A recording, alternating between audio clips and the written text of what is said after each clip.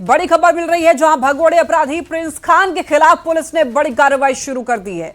वासीपुर स्थित उसके घर को बुलडोजर से ध्वस्त करना शुरू किया गया है और ये कार्रवाई एसएसपी प्रभात कुमार के निर्देश पर की गई। मौके पर डीएसपी प्रकाश सोई समेत 3 DSP, CCR DSP Ritwik Srivastava, 6 थानों की पुलिस बड़ी संख्या में वहां पर तैनात रही। तस्वीरें आप ये देख रहे हैं, पूरे इलाके को पुलिस छावनी में तब्दील कर दिया गया और सुरक्षा के कड़े इंतजाम भी किए गए। पुलिस ने कार्रवाई के दौरान सुरक्षा कारणों का हवाला देते हुए मीडिया को उस स्थल से कुछ दूरी पर ही रखा। और आपको ये बता दें कि बुलडोजर से मकान को पूरी तरीके से ध्वस्त करने की कार्रवाई जारी है। पुलिस अधिकारियों के अनुसार पूरे अभियान की वीडियोग्राफी भी कराई जा रही है। बताया जा रहा है कि हाल ही में निरसा विधायक अरूप चैटर्जी को कथित धमकी मिलने के बाद प्रिंस खान के खिलाफ कार्रवाई और तेज की गई है। हालांकि पुलिस ने इस कार्रवाई को कानून के तहत की जा रही प्रक्रिया का हिस्सा बताया है। तस्वीरें आप ये देख रहे हैं, गैंगस्टर के घर पर बुलडोजर वार। वासीपुर पुलिस यहां पर ये जो पूरा एरिया है पुलिस छावनी में तब्दील हो चुका है। मीडिया कर्मियों को हालांकि उस क्षेत्र से जहां पर ये कार्रवाई हो रही है वहां से थोड़ी दूर पर रखा है और तस्वीरें आपको लगातार दिखा रहे हैं। बताया जा रहा है कि इसकी पूरी वीडियोग्राफी भी कराई जा रही है। तो प्रिंस खान पर शिकंजा चला है और यहां पर घर पर कुर्की जब्ती की कार्रवाई की ये तस्वीरें आप देख पा रहे हैं। अपराधी प्रिंस खान के खिलाफ पुलिस ने बड़ी कार्रवाई शुरू कर दी है। वासीपुर स्थित उसके घर को बुलडोजर से ध्वस्त करने की जो यहां पर कार्रवाई है वो जारी है। और आपको ये बता दें, ये कार्रवाई एसएसपी प्रभात कुमार के निर्देश पर की गई है। मौके पर डीएसपी प्रकाश सोई समेत 3 DSP, CCR DSP Ritwik Srivastava, 6 थानों की पुलिस बड़ी संख्या में तैनात रही है। पूरे इलाके को पुलिस छावनी में तब्दील कर दिया गया है।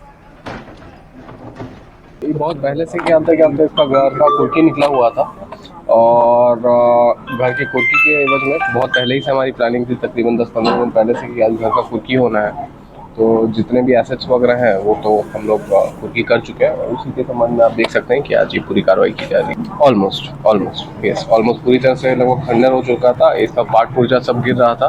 यहाँ पे बच्चे वगैरह खेलते थे, उनको भी कभी कभी 1-2 बच्चों को यहाँ पे चोटें भी आई है ना, और संभवतः इसका नक्शा वगैरह भी पास नहीं था। तो इन सभी के मद्देनजर कुर्की भी की गई और ये भी क्या था निरोधात्मक कार्रवाई की। पूरा तो नहीं, बस जो पार्ट्स गिर रहे थे, जो खंडहर हो चुका था, जो क्या था पहले से जीर्ण शीर्ण अवस्था में थी, जिसके कारण यहाँ पे जनमानस को क्या था दिक्कत हो रही थी, बस उसे अभी तोड़ा जा रहा है।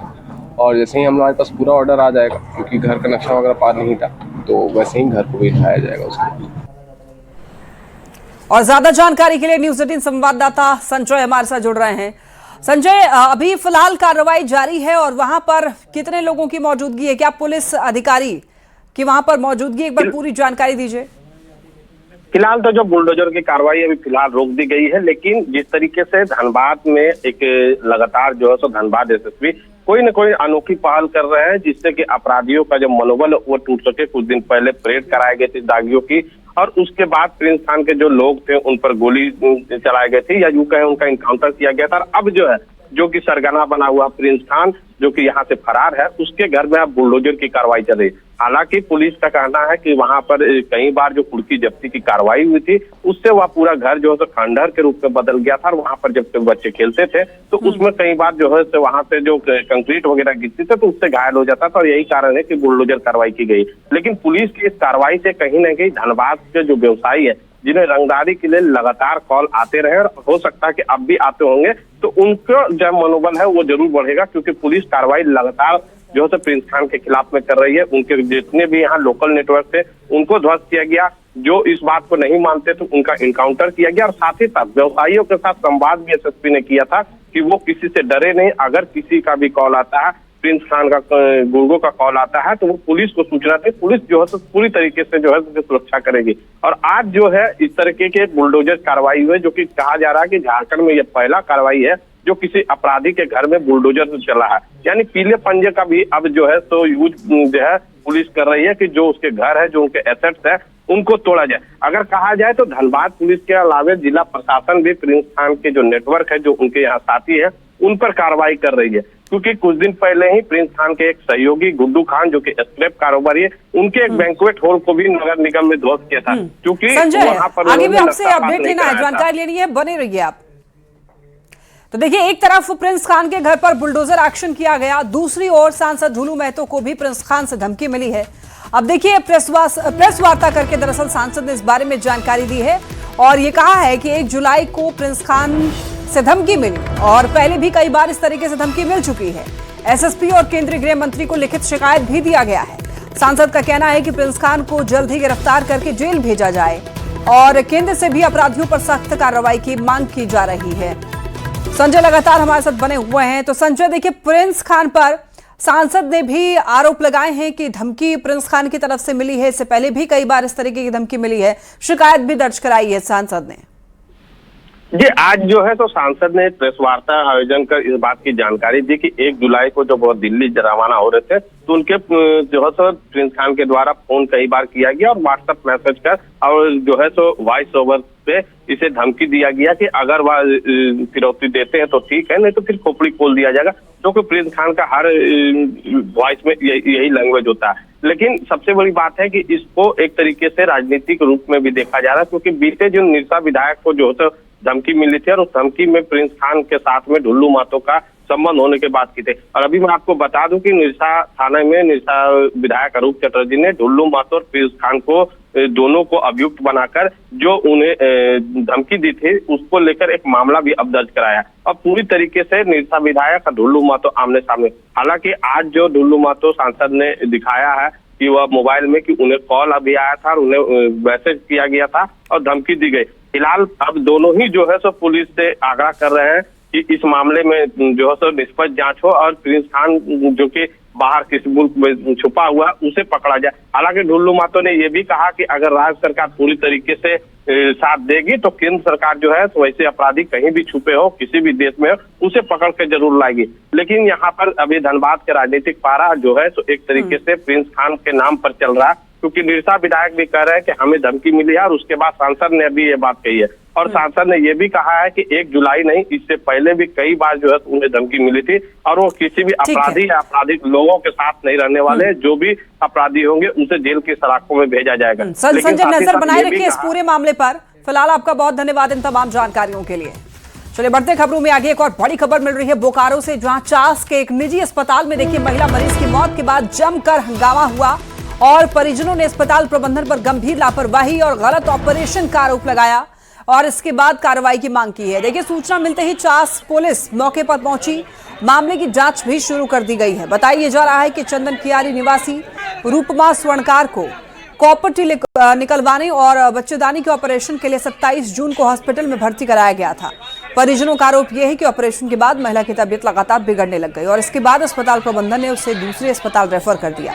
परिजनों का ये कहना है कि दूसरे अस्पताल के डॉक्टरों ने बताया कि पहले ऑपरेशन के दौरान गलत नस कट जाने से मरीज की हालत नाजुक हो गई थी। इसके बाद दोबारा ऑपरेशन किया गया, लेकिन ऑपरेशन के कुछ घंटे बाद ही महिला की मौत हो गई।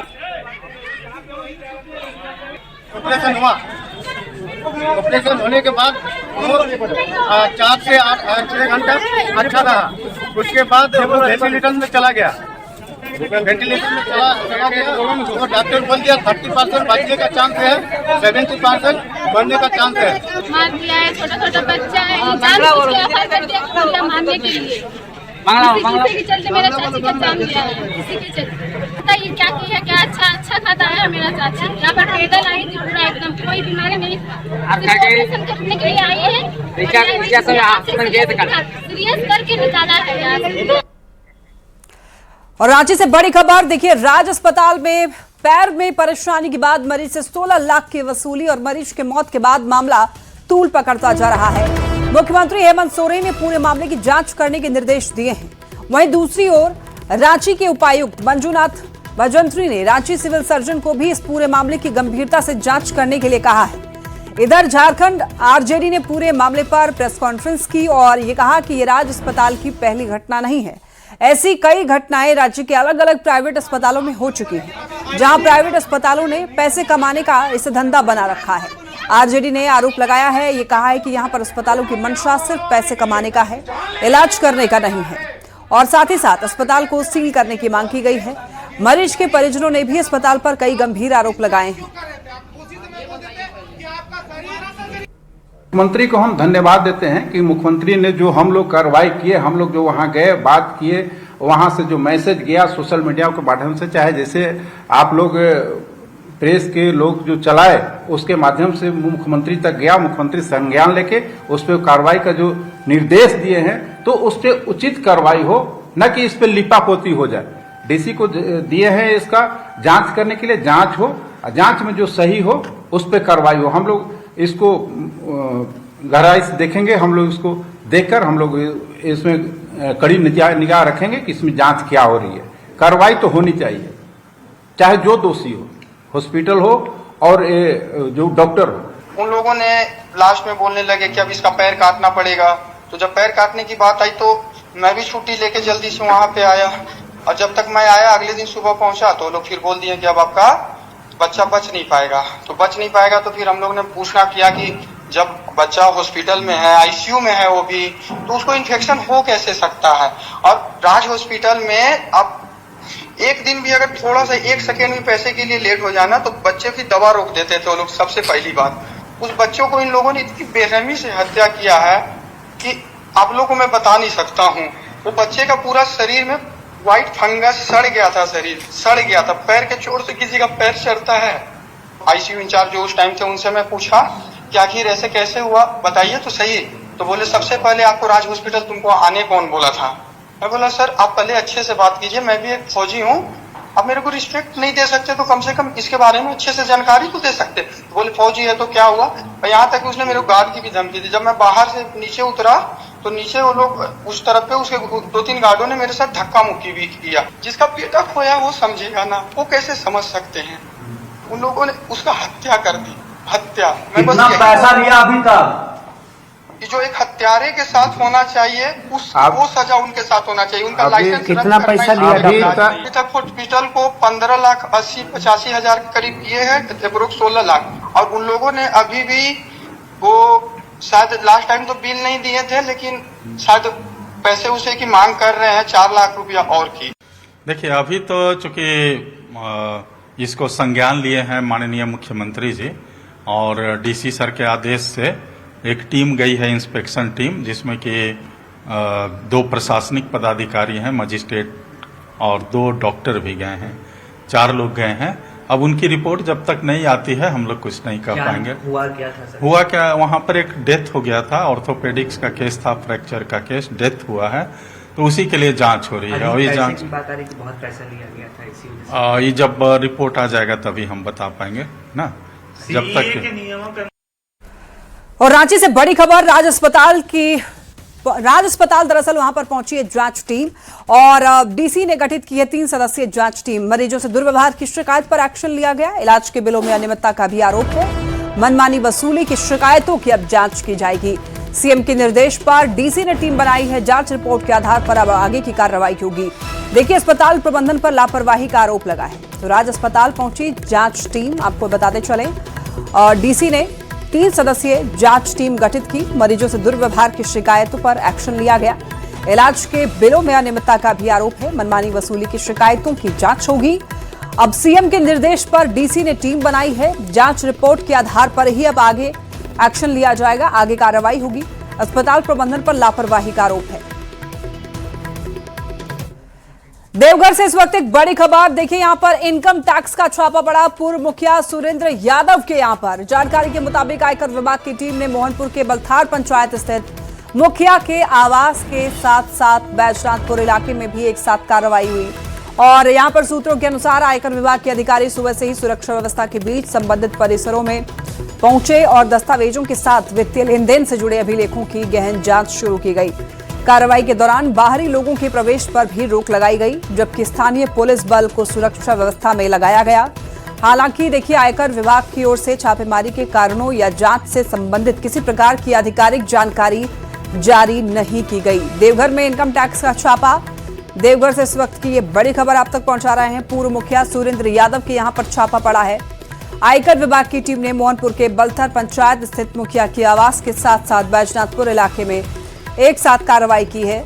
और जो सोर्सेस के हवाले से खबर है कि आयकर विभाग के अधिकारी सुबह से ही सुरक्षा व्यवस्था के बीच संबंधित परिसरों में पहुंचे हैं। दस्तावेजों के साथ साथ वित्तीय लेन देन से जुड़े हुए अभिलेखों की गहन जांच शुरू की गई। कार्रवाई के दौरान बाहरी लोगों के प्रवेश पर भी रोक लगाई गई है। खूंटी कोलेबरा मुख्य सड़क किनारे कुल्डा जंगल में पिछले कई दिनों से 5 जंगली हाथियों के झुंड ने ग्रामीणों को घर में दुबक कर रहने पर मजबूर कर दिया है। पिछले कई दिनों से हाथी डेरा डाले हुए हैं और इस क्षेत्र में दरअसल कटहल तोड़ने गए ग्रामीण क्रिस्टोफर तोपनों के ऊपर जंगली हाथी ने हमला कर दिया और हमले से गंभीर रूप से घायल हो गया, जिसका सदर अस्पताल खूंटी में इलाज चल रहा है। वहीं खूंटी के डीसी जावेद हुसैन ने लोगों से अपील की है कि वो सड़क के पास जंगल में मौजूद हाथियों के पास न जाएं और उनके साथ छेड़छाड़ न करें।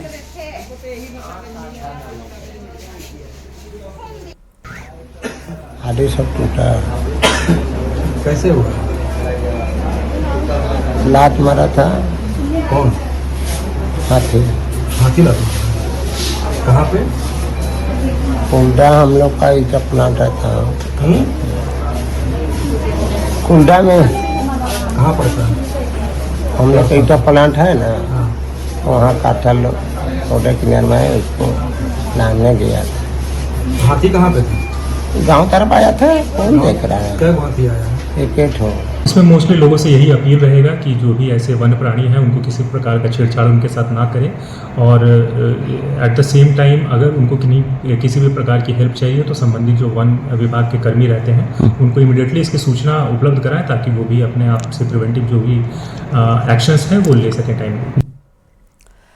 हजारीबाग जिले के इचाक प्रखंड अंतर्गत देखिए देवहुली और बरका खुर्द समेत आसपास के गांव में जंगली मशरूम खाने से 2-3 परिवारों के दर्जनों लोग यहां पर फूड पॉइजनिंग के शिकार हो गए। सभी ग्रामीणों ने पास के जंगल से ही मशरूम लाकर उसकी सब्जी बनाई थी, जिसे खाने की कुछ देर बाद ही उनकी तबीयत बिगड़ने लग गई और इसके बाद उनको हजारीबाग के शेख भिखारी मेडिकल कॉलेज अस्पताल और कुछ निजी अस्पतालों में भर्ती कराया गया, जहां फिलहाल उनका इलाज चल रहा है। क्षेत्र की जो जनता बरसात के दिनों में जंगल में जो खुफंडी भुरडा सब जो उठता है ला के जो खा लेते हैं, जब बीमार पड़ जाते हैं तब उनको परेशानी हो जाती है।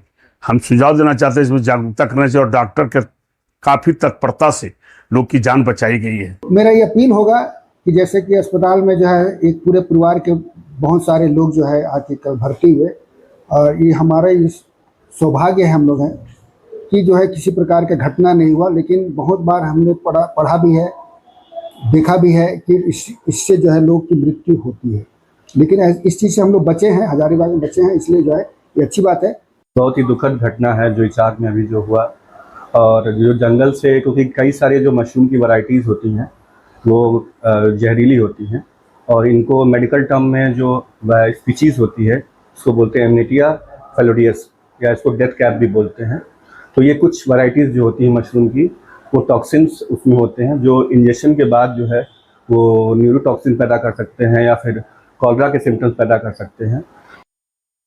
जंगली मशरूम का सेवन करना 1 दर्जन ग्रामीणों के लिए आफत बन चुका है। अभी हम हजारीबाग के शेख भिखारी मेडिकल कॉलेज अस्पताल में आए हैं, जहां 1 दर्जन से भी अधिक ग्रामीणों का इलाज चल रहा है।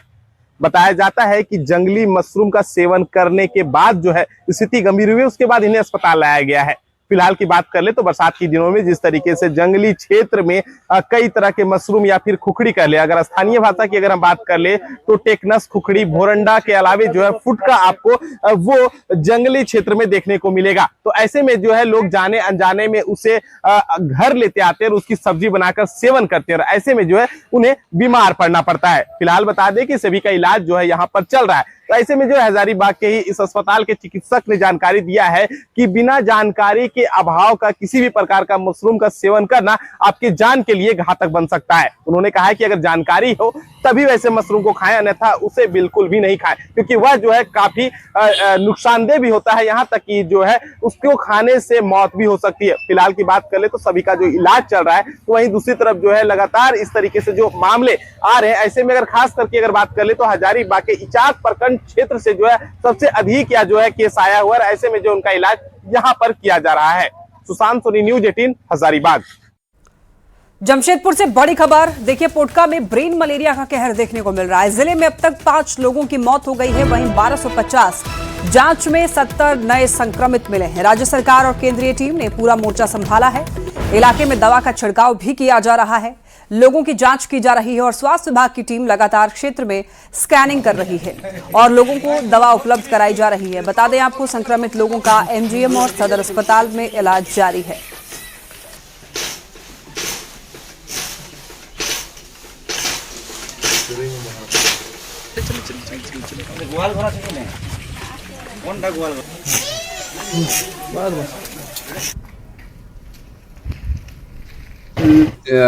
जब आउटब्रेक हुआ है तो उसका तो इलाज करना होगा, उसका रोकथाम करना भी तो नहीं ज़रूरी है कि ताकि ये और फैले नहीं चारों तरफ। अब क्योंकि रोज़ाना टेस्टिंग भी हो रहा है, रोज़ाना नए मरीज़ भी मिल रहे हैं और उनका इलाज भी हो रहा है। इस वक्त अगर आप देखें तो कुल मिलाकर 3-4 दिनों में 40 मरीज़ तो मेरे सदर हॉस्पिटल में भर्ती हैं, जिसमें आज सुबह से 3 मरीज़ भी आए हैं। समूह का इलाज बेहतर तरीके से हो रहा है और जो स्प्रे करना है या फॉगिंग करना है वो सब भी हो रहा है। लोहरदगा से इस वक्त एक बड़ी खबर, ट्रेन से कूदी लातेहार की नाबालिग लड़की। देखिए आरपीएफ जवानों की सूझबूझ से हालांकि लड़की की जान बचाई गई। चलती ट्रेन से कूदकर खुदकुशी का प्रयास किया था लड़की ने। माता पिता की डांट से छात्रा नाराज थी। देखिए यहाँ पर चोपन रांची एक्सप्रेस से छलांग लगाई। जवानों ने अस्पताल पहुंचाकर एक नई जिंदगी दी है। तो आरपीएफ जवानों की सूझबूझ तत्परता के कारण ही लड़की की जान बचाई जा सकी है। दरअसल ट्रेन से कूदकर खुदकुशी की कोशिश इस लड़की ने की। पेरेंट्स की डांट की वजह से छात्रा नाराज थी और इसी वजह से खुद की जान लेने की कोशिश में ट्रेन से छलांग लगा दी।